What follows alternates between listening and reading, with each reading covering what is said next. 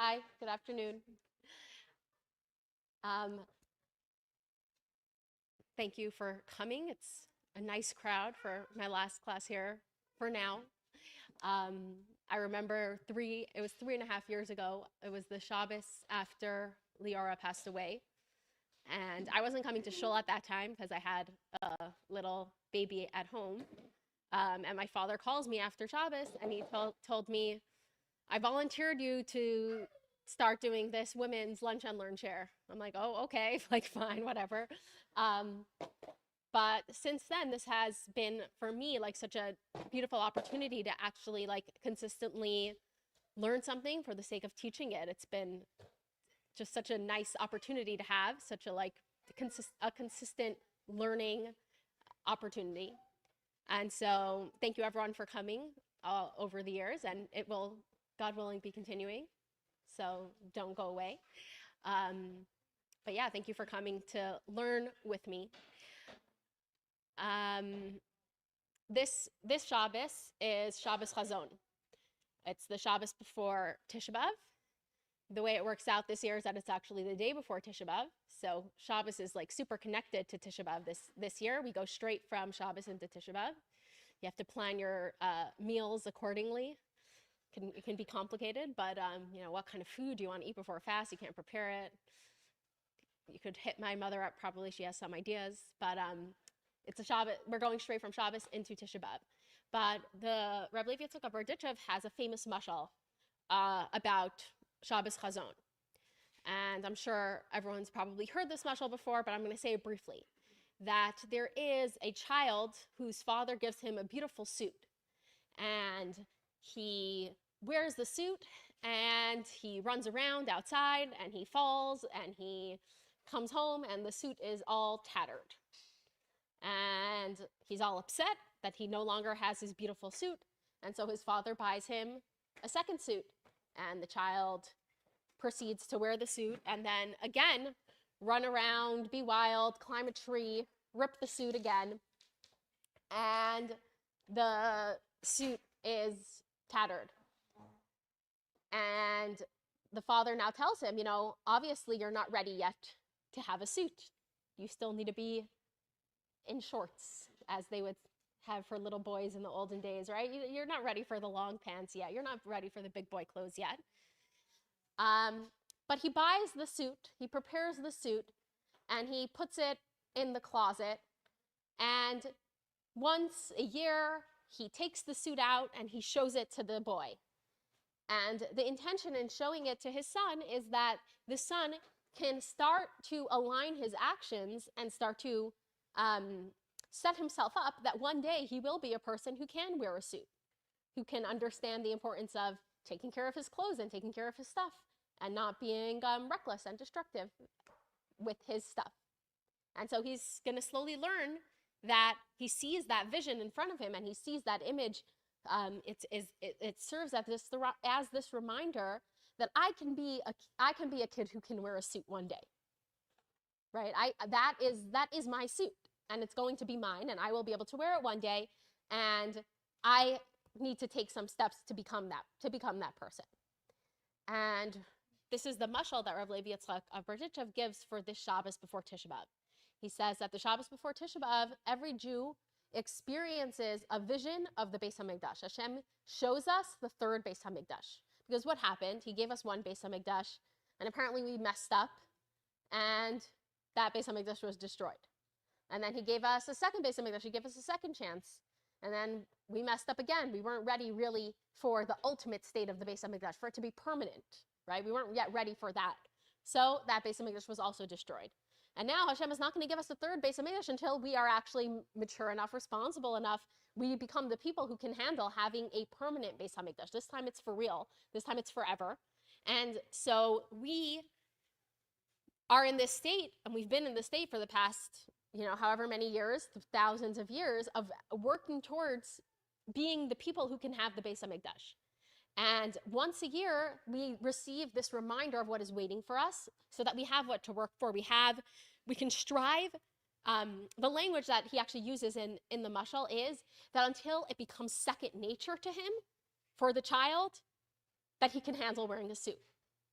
because until it becomes like part of your nature, you're not going to be, it's not going to be successful. It's going to be a failed experiment. It's not going to be permanent, right?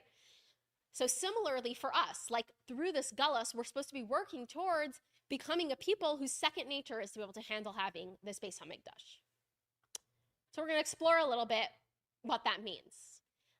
First of all, I don't know about any of you, but I've never actually seen the Beis Hamikdash on the Shabbos before Tisha B'Av. I'm not so spiritually aligned with, I haven't had that vision. If you have, you can share it with me after. I'd love to hear. But so what does that mean that we see? So there's a famous part in Daniel where it says that Daniel saw a vision and the rest of the people next to him did not see the vision. But what happened? They were still trembling. They all started trembling with fear. And the Gemara asks, why are you trembling with fear if you're not seeing this vision of godliness? Why are you not trembling with fear if you're not actually seeing the nevuah? So the Gemara says, they didn't see, but mazlaihu chazi. Their mazel experienced it. Their mazel saw it. On some level, their soul saw it. And a soul vision, we think, okay, if my soul is seeing it and I'm not seeing it with my own eyes, then what's the point? Like if I'm not actually having that experience, then what's the point? But we do see that they still started to tremble, right? So there was some impact. Maybe I don't have the understanding and I don't make the connection myself why this thing is happening, why this impact is happening, because it hasn't been experienced in my physical experience. But it has this lasting impact, despite the fact that my eyes are not seeing it, despite the fact that it is a spiritual vision, it still has an impact on me. And it's a similar kind of concept of what happens this Shabbos, that we still have this experience of it. Our soul experiences the Beis Hamikdash, and it impacts and it drives our actions. And whether we are making the connections of what is driving my actions, what is driving me to reach out to become closer to Hashem, I don't always know. Sometimes we receive like these, these messages that we're supposed to be returning to Hashem. All of a sudden we have a longing to be closer to God. The sudden longing. And where does that come from? We don't always know where that comes from. It can come as a gift. And maybe it is that my soul saw the Beis Hamikdash. And my soul seeing the Beis Hamikdash had this yearning for being reunited with God and becoming this person that can be in this Beis Hamikdash. So even if we're not experiencing it on a physical level, our souls are having this experience this Shabbos, and maybe like taking a few moments the Shabbos to be in a state of quiet and maybe to close your eyes, because it doesn't have to be a physical vision, but to try to go inward into my soul's vision and connect to that experience of witnessing the third Beis Hamikdash, because it's a very powerful experience to witness. But going back to this story of the boy with his clothes, so we're gonna ask some questions on this mashal. If we know that a mashal, if Rabbi Yitzchak Berditchev is bringing this mashal, and he's very specific in the language of the mashal, then it needs to be fitting for what the nimshal is representing, right? All the elements of a good mashal have aligned very clearly and in a very fitting way with the elements of the nimshal. So we have a few questions over here. First of all, the Beis Hamikdash is a permanent structure. It's, so to speak, especially the third Beis Hamikdash, what do we, like, if you're going to call it, like, it's a forever home, right? It's not your rental that you're just having for, it's not, the rental, that maybe was the Mishkan, was like the rental that God had until he settled into his permanent home. So the nature of the Beis Hamikdash is it's very permanent. That's why it's built with stone to, like, represent, like, really the firmness, the strength of the Beis Hamikdash, that it is a permanent space. Clothes are not something that you have for keeps. I mean, maybe once in a while you make some sort of investment in, I don't know, a coat, and you can have it for the rest of your life. But most of the time when we're buying clothes, we don't have the intention of wearing the clothes forever.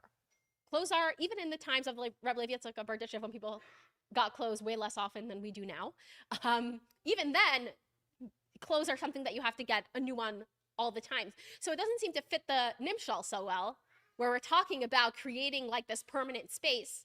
So if that's the case, why didn't he just instead use a mashal of a house, right? A person gets a house and they're not responsible with their house and the house burns down. And you can say the same mashal with a house, potentially. Why did he use the mashal of the clothes instead of the mashal of the house?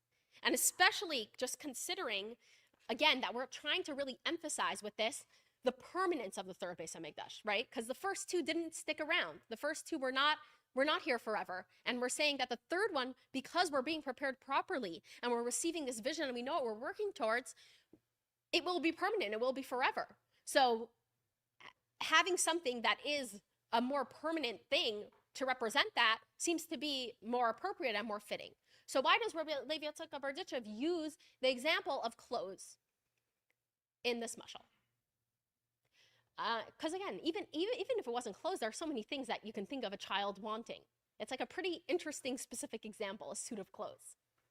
So let's talk about, like, what is a suit? What is clothes? No, not a suit. Let's just go to clothes. What are clothes? Clothes and a house actually have a similarity in which they're both what we would call in Chassidus something that is a makif, something that encompasses you. So it's not something that you internalize. Food we eat, ideas we can internalize within ourselves. There are, different stuff that we experience in an internal way. Clothes are something that we put around ourselves. Homes are also something that we put around ourselves. The difference between clothes and a house is what we would call the difference between a makif hakarev and a makif harachik. A close makif, a closer encompassing makif, and a further encompassing makif. Everyone in this room is sitting in this room. That's a very obvious statement, right? Everyone here is in this room. This room is able to hold all of us. We are all different sizes. We all have different origins. We're all different ages. We're all from different spaces, right? And still this room can contain all of us. And the same is with a home.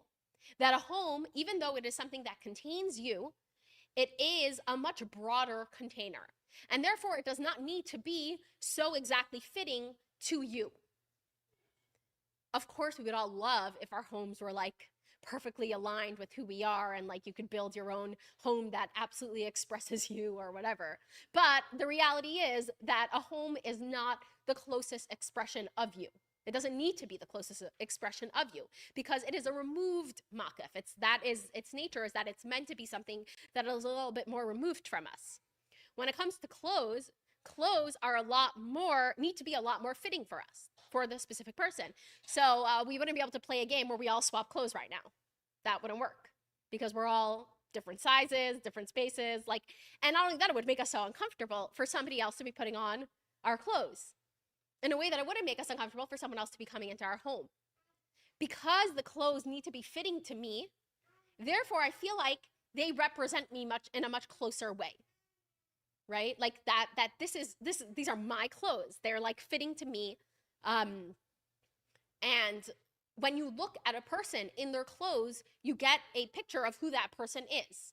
When you look at a person, or even put it this way, when you see a person's clothes on a hanger, even if you don't see it on them, you have a certain picture of who the person is. Whether we're talking size-wise, whether we're talking just stylistically, the energy that the clothes have, like the vibe that the clothes have, we're getting like a taste for that person. Versus when you look at a person's home, you can tell if they're potentially you could tell if they're rich or poor. You can tell very external things about them, but you don't actually get a sense of the person themselves. It's a lot more removed from you. So the Beis Hamikdash, and this is the reason that Rav Levi Yitzchak brings this mashal of clothes, is that the Beis Hamikdash was a house in the vein of being clothes. It was a home. It was large and encompassing, and many people can be inside at the same time. And at the same time, every single element in the Beis Hamikdash was extremely, extremely specific and tailored to match a certain energy. So there's like the spiritual Beis Hamikdash as it exists in heaven, and every physical element of the Beis Hamikdash was a manifestation of that spiritual energy. And so if you learn, it is a custom to learn about the Beis Hamikdash during the 3 weeks and the 9 days. Today there's still virtual reality? Yes, this afternoon, if you want to get a taste. In the evening, if you want to get a taste, there is virtual reality over here that it's really cool. You can, you're in the Beis Hamikdash, you're looking around, you walk around, you see what's happening on Pesach, on I think the Yom Kippur is the one that they're showing now. So like you can actually experience what the Beis HaMikdash looked like. But the Beis HaMikdash was built extremely specifically, and the Avodah was done in a very specific way, starting on one side or the other side. Like it was extremely, extremely detailed and specific, and this was not random. This was all for the sake that it is meant that the physical space is representing fully and entirely the spiritual energy that's within it. So it's like clothes. Like through seeing the Beis HaMikdash, I'm actually seeing what's inside, what's deeper than this. That was the point of the Beis HaMikdash. The first and the second Batei Migdash, the Zohar says, the first and the second Batei Migdash are by the people. The people built the Beis HaMikdash. Shlomo Melech built the first one, and then the Jews coming back from Bavel built the second one, and then it was even further fixed by Hardas. And so it was very much a man-made, a man-initiated project, the Beis HaMikdash. And therefore, because it had this very strong influence of man, even though the truth was that if you looked at even though like the truth was still there, that the Beis HaMikdash was an absolute reflection of the spiritual reality, not everyone saw that. You weren't able to really see that because we were not yet on such a spiritually attuned state. It says the third Beis HaMikdash, as Zohar said, though, is built by God. Right? Like there's a Beis HaMikdash up in heaven. Hashem built it, where it's waiting for us to initiate its coming down. But it's built by Hashem. And because of that, the Beis HaMikdash is going to be a space where we look at it and we see how it is an absolute reflection of its spiritual energy that's within it. And to explain it further, I think this actually helps explain it further. It also says that the Shekhinah comes to the world through the Beis HaMikdash, that the Beis HaMikdash is like the brain that channels through the rest of the body, that directs everything through the rest of the body, all the energy through the rest of the body. The brain is that central location that like is directing all the energy. So similarly, the Beis HaMikdash is the brain of the world, and it directs energy everywhere. So right now, it's not just true about the Beis HaMikdash that everything in this world reflects godly spiritual energy. No, that made no sense. It's not just true about the Beis HaMikdash that the physical represented godly energy. It's true actually about the whole world, that everything in this world is a reflection of godly energy. But again, we don't see it. When Moshiach comes and we have the Beis HaMikdash from Hashem, which means that I'm going to see how the Beis HaMikdash is literally like clothes for godly energy. We're going to be able to look at it and see what's within it. Similarly, everything else in this world will see how the physical encasement is a levush, a garment for the spiritual energy that's within it. So when we look at the world and when we experience the world, it's almost like we'll be constantly flitting back and forth between the physical reality of each individual thing and also its spiritual energy. We'll be able to like somehow comprehend both of those at the same time. By looking at something physical, we're going to experience what it means spiritually. It's like a little trippy experience of like seeing the vessel and past the vessel at the same time. So that's what's going to happen when Moshiach comes. And it's interesting that, like, when God created the world, what did he use to create the world is speech, letters. So everything in this world really is just godly energy, right? Hashem's speech. And technically, like, if you had X-ray vision, you'd be able to see these letters floating around in space, animating everything. And when Moshiach comes, that's what we'll be able to experience. All these letters, the energy that is within something, and its external trapping at the same time. That's like sort of like the paradox of Moshiach, to be able to be living in both of these realities of the individual thing and the godly energy and the unifying godly energy. That's a much longer discussion, which we will not have right now. But that's just a cool thing about when Moshiach comes. So going back to the questions that we asked. So the reason that Rav Levi Yitzchak of Berditchev uses this mashal of clothes is not just a random thing, but it's to teach us about the nature of the Beis HaMikdash and also about how we are working on how we could be working on ourselves during this time to work towards the third Beis Hamikdash, to work towards the permanent third Beis Hamikdash. What is this telling us? What is it telling us? That the third Beis Hamikdash, it needs to be in a way of clothes and not just in the way of being a house. If we go back to the mashal of the kid. So the kid has the suit. He has it waiting for him. In my mind, like an example of this, and this is something you should not do, so don't take this as advice. Have you ever bought something that doesn't fit you yet? Right? Like, it doesn't fit you yet, and it sits in your closet. And like I said, don't recommend, don't do it. But it's, what is like my goal when I see that in my closet? I want to become the person that does fit into this dress or whatever it is. Like, I want to work on myself to be that person that fits into the dress. I really hate that, mashal. Okay. But it works. I think we all can relate to it. It's not reflecting positive parts of ourselves, but I think it's something we can all relate to, right? And similarly, when it comes to this kid, having something that's like a grown-up thing. I'm gonna work to become the person, the matured, evolved person that fits into this thing, right? I have this vision in front of me of I'm gonna become this person that fits into this thing. And similarly, when it comes to the Beis Hamikdash, that's the language we're using.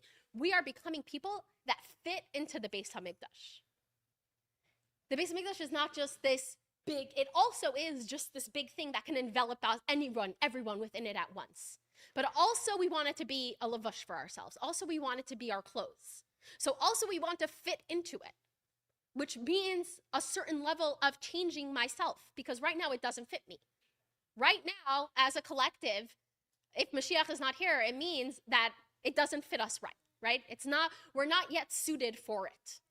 And our vision, the vision that we have on Shabbos Chazon, is meant to be this like call to us to say, what can make me become a person that fits into the Beis Hamikdash? And the language that he uses is that basically developing a second nature above our first nature. So our primary nature is potentially removed from being able to fit into the Beis Hamikdash. My primary nature desires pursuing things that maybe are not aligned with godliness, things that are really not like Beis Hamikdash energy. That's my natural inborn nature. My natural inborn nature is not like pursuing things that are aligned with Beis Hamikdash energy. So how do I work on myself to become a person that is that develops that second nature?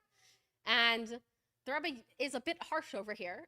He says he demands a lot of very hard work from us to become that person that can fit into the Beis Hamikdash. He says, first of all, if you're just working in the realm of iskafia, which is self-control, right? Like I'm working on myself that I will stop doing things that are negative, but I'm constantly like squashing down negative impulses.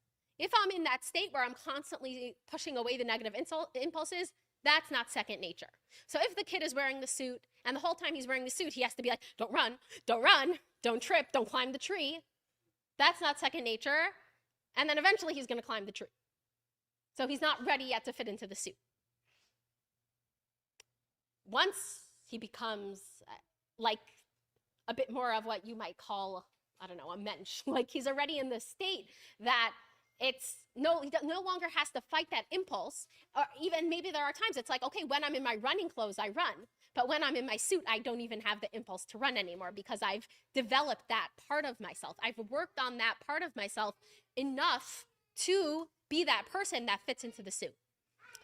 So it's not just that, so the Rebbe says it's not just enough to be squashing your impulses. You really need to be realigning your whole vision of why you're alive. Like completely redefining who you are. Not just working on that surface level of pushing away negativity. And he says, even more than that, it's not just enough to rely on the things that you're already good at and harness them in godly ways. So if I'm already naturally pulled towards intellectual curiosity, I can just jump off of that and learn Torah and feel like I'm aligned with Hashem. Or if I'm naturally a very giving and loving person, I can just jump off of that and do a lot of chesed and give a lot of tzedakah and support other people. These are all beautiful things. But this is not how you create a second nature. You're still very much within your first nature. You're still very much within that person that the way you were born, which is a beautiful person, but it's not a person who fits into the Beis HaMikdash. Because you were born in Galus, right? So you're just not the person who fits into the Beis HaMikdash yet. So to really become that person who fits into the Beis HaMikdash, it takes a certain sense of, I want every single part of myself to just align with God. And that slow work that we do, that we've been doing over the years, that the Beis HaMikdash comes to remind us to work towards, of really committing myself fully, jumping in entirely to becoming a person whose entire self fits into the Beis HaMikdash, like a glove, like tailoring. I'm like imagining, like right, going to the tailor and like making it fit like so perfectly, like your wedding dress, right? Like every single element just like so perfectly fit towards you. But that takes like the full immersion of self into it. And that takes grueling labor. This is not, we're not talking about just like an easy process. We're talking about really committing ourselves so fully to complete and total transformation. And this is not a perspective that we can live with, that we necessarily live with daily. That it's kind of a daunting perspective to live with daily. That I need to like change my whole self all the time, like to become a person, to become like a truly godly person. I can't live with that all the time, and we're not supposed to live with it all the time. But once a year we get a picture, we're reminded of the suit that's in the closet waiting to fit you, right? Like once a year, it's like, this is here waiting for you, and you're this much closer to fitting into this space. You're this much closer to being a person who fits in the Beis HaMikdash. Right? And allowing that to then channel down into smaller things, channel down into the everyday experience.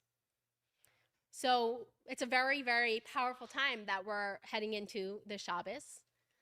And I give us all a blessing that whether we see it, whether we're able to tap into the vision even in our mind's eye or not, right? Like whether you can tap into that vision in your mind's eye or not, in your soul's eye or not, that we still feel the impact and we still tremble a little bit, right? We still tremble a little bit. We still have an experience of something so much greater than ourselves that's waiting for us. And I know that God believes in me enough that he bought it for me, right?